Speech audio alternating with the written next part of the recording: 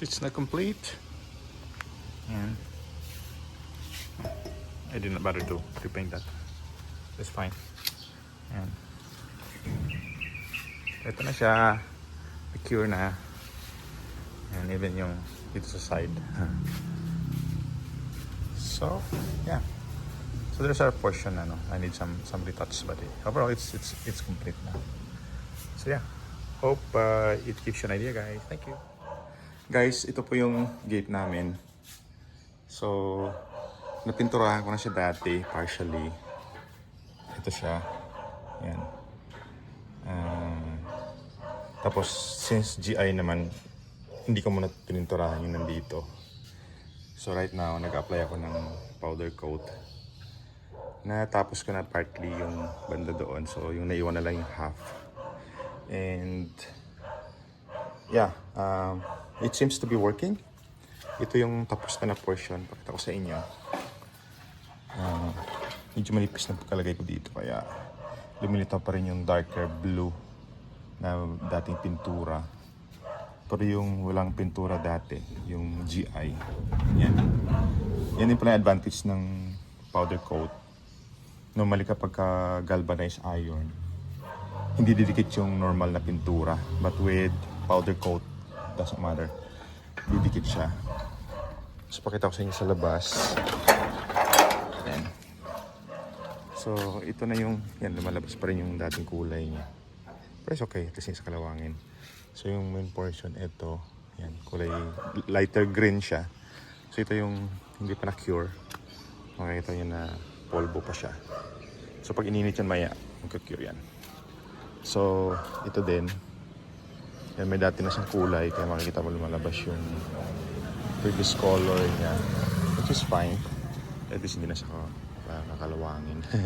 Hindi lang maganda yung pagka-finish niya, pero it's fine. Yan. So yan. Sabay tayo dito. So, para sa mga gusto mag-powder coat ng, sa bahay nyo, halimbawa, mga gate, mga pader na bakal. Share ko sa yung setup ko. So, ito, meron akong malit na compressor. It doesn't really matter kung anong compressor kasi mahina lang naman yung pressure. In fact, ito throttle down mo siya to 5 to 10 PSI. So, hindi mo kailangan full throttle. So, malit na yung pressure na kailangan niya. So, any compressor would be fine. Tapos, yan. Yan yung hose niya. Tapos, papunta dito. So, ito yung setup nung sprayer. So, naglagay ako ng moisture remover. Although, meron na naka-built-in. Kaya lang, madaling mag-clog up yan. So, makikita niyo may mga tubig-tubig na dun sa loob. So, kapag maraming tubig kasi, nagko-coagulate yung powder. So, importante na meron tayong moisture remover. At the same time, ano dito, pressure regulator. Tapos, quick connect naman lahat yan. And then, itong setup na to, meron siyang sariling pressure control din dito. Kaya lang wala siyang gauge so tansya na lang. Nakalagay naman dyan kung low or high, max and min. Yan. So, 0 to plus. Yan. Naka-indicate naman siya dyan. So, nandito yung nandito yung lagay ng pintura. And then, ito bali yung yung sa dulo niya. Wala siya. So, paglabas dito, ita-charge yung particle ng paint kaysa didikit sa may bakal. So, yung powder coat, pwede mo na sa gamitin sa sa mga metallic kasi sa mga semento hindi siya didikit. Although, lalapag naman siya kaya lang, hindi siya dumidikit pag in-spray mo. Di tulad ng bakal, since it is conductive, didikit siya. Tapos, very important dyan is i-connect mo siya sa any part ng pipintura mo na bakal para magkaroon ka ng continuity kasi circuit yan, di ba? Although it's static charge, pero kailangan mo pa rin ng electricity para ma-charge yung particle at para dumikit dito. Yan, magkaibang charge kasi yan eh. I don't know which one is positive or negative. Tapos ito bali yung yung controller.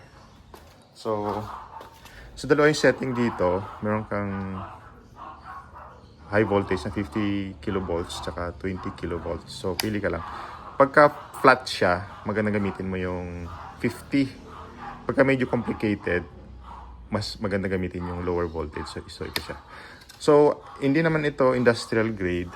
more of personal DIY use like what I'm doing. But it's been very helpful. So, yan. Yan. Nakasaksak naman to. Tapos very important din is meron tong foot switch. Ito siya. Yan yung foot switch para mag-on. Kasi pag walang foot switch, naka-off lang yan. So, tingnan nyo kapag pinilit ko tong foot switch. Yan. Yan. So, yan. Kinokompleto yung circuit. Yan. So, matcha-charge yung particle pag lalabas doon. Pakita ko sa inyo. So, unang-una, hapakan natin yung foot switch. Tapos, make sure lang na naka-ground siya. Tapos, pindutin mo lang to. Huwag masyadong todo. Yan. Pagkakita mo na, na dumidikit yung pintura. Medyo alog-alogin mo lang siya ng ganyan. Para lumabas yung pintura sa loob. Ulitin natin. Ayan. Pag inalog-alog mo siya, mas maraming lumalabas. At marami yung didikit. Isang challenge lang is kapag ka nag-apply ako, lalo na pagka sa labas, is yung hangin, nililipad siya. So, maganda, timing mo siya sa morning, kung saan mahina yung hangin. So, like I'm doing now, it's morning, and ngayon ko siya ginagawa. Yan.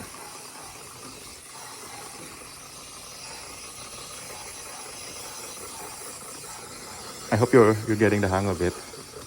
Yan.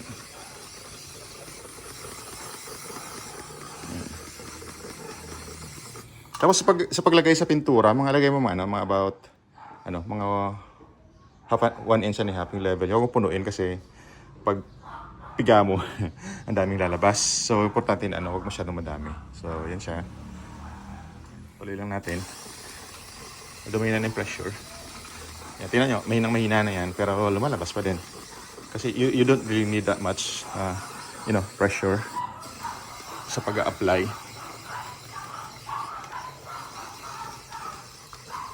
Yan. Tuloy-tuloy lang. Importante nakaapak to kasi para para ma-charge din yung nandito ang oppositely. Para they are attracted to each other. Nung wala pa akong ganitong setup, nag-try ako ma-powder coat nito sa ginawa ko rin na pannier bracket ng motor. So makita nyo na medyo magaspang siya kasi by hand ko lang in-apply yan using a brush. Yung parang salt shaker pala. And yung ginamit ko naman pang cure itong butane gas. So mabibili naman to online. Ito mga 50 pesos, ito mga around siguro mga 100 pesos. So very cheap setup din. Kaya napansin ko masyado siyang mainit. And what happened is na overcook yung pintura.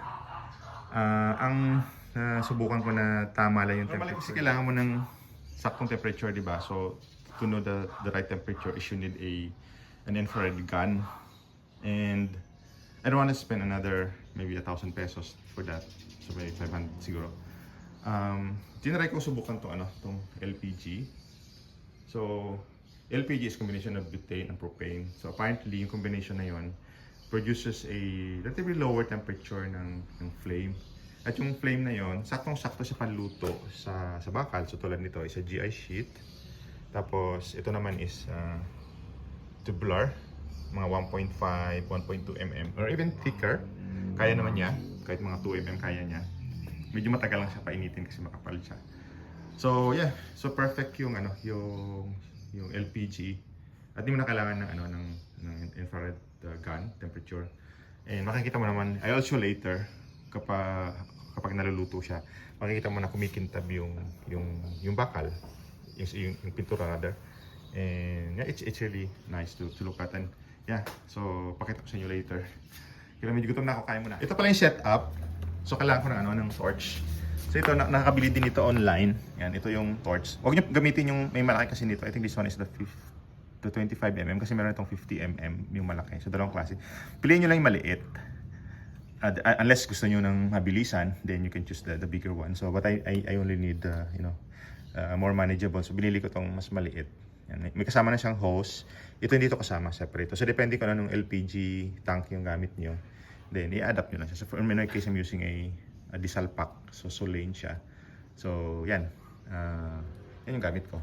So very effective siya. And I've had several projects na mga pushcart, trolley, And now, itong gate, so far, ito yung pinakamalaki. And it's working.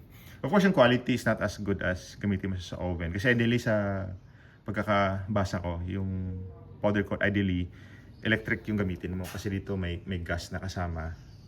So, iba yung curing. But in here, just imagine, lagay mo to sa oven. It's impossible, di ba? So, ito yung perfect. So guys, yung next phase is gamitan natin ng LPG. Yan, medyo challenge lang kasi wala akong cameraman. Ayan, apoy na tayo. Okay.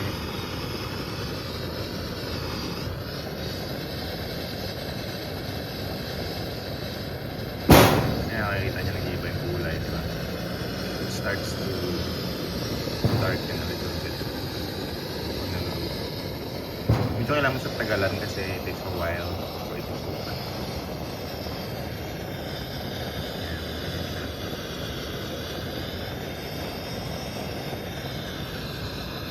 Putok-putok yung ano niya, kita niyo usok kasi naluluto na. Yan, nakita niyo kumikintab na siya. Kahit nag-iba yung kulay niya, kung hindi pa siya kumikintab, hindi pa yan fully cured. So kapag kumikintab na tulad niya, luto na yung pandesal. So it takes a while. Ito medyo mabilis siya kasi manipis eh. If you're painting, you're curing and curing itong mga makapa like this one, it will take really some time. Yeah. But you can see that the changes in the color.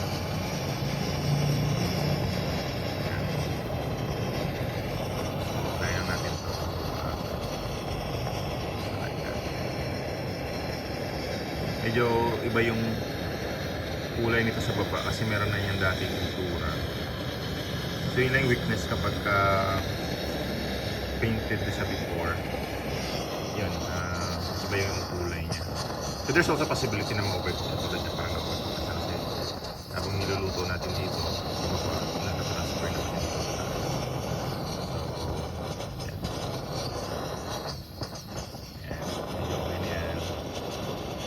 Makintab na rin naman ito nyo.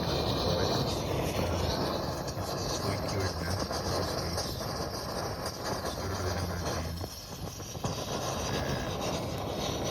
And tapos, nawawala din yung ito kasi bago kasi mas lower yung melting point ng previous paint. Kinaganyan yung itsura niya. I-edit pa rin. At least I'm learning. So next time, pag I have similar projects, I would start with powder coat na. So this stage, tingnan natin sa babaw. Patingin ko muna to. Yan. So ito, medyo mainit pa ng konti. Pero makita nyo, di ba? Oh, yan. Hindi na siya natatanggal kasi luto na yan. Yan. So yan. Ito dito tapos na. Tumakot lang natin. Yan, tapos na dyan. So dito, ito yung gagawin pa natin. Kaya tuloy lang natin. Yan, I've done this part na and makikita nyo na medyo makintab siya kumpara dito na hindi siya makintab. Iba yung kulay niya. So have I known before, I would have started with powder coat from the very start, but nonetheless it is what it is. And I think it will provide better protection and the paint would last longer compared to a conventional liquid paint. So, yeah. Yan. It's a bit windy because there's an electric fan behind my back. But just to show you. Oh, it's working. And you can see the paint that's cured is shiny. The portion that's painted is shinier than the other than the uncured and cooked paint. Yeah. Pardon the quality because I'm still practicing. And yeah. At least you can see that it's working. So you can do powder coat with big, wide, metals like a gate, like this one. And to cure it, you use LPG. So I'll continue working. So there's another problem when it's already painted. Sometimes the paint doesn't really stick so well. Okay, it's okay. The most important is it's protected from rust. Oops. That's the thermal expansion of the sheet, the metal sheet. Yeah. It's really satisfying to see it getting cured. Very nice. Yeah. Okay. So it's not complete. And I didn't bother to repaint that. It's fine. Ayan. Ito na siya. Cure na. And even yung dito sa side. So, yeah. So there's our portion. I need some retouch, but overall it's complete now. So yeah. Hope it gives you an idea, guys. Thank you.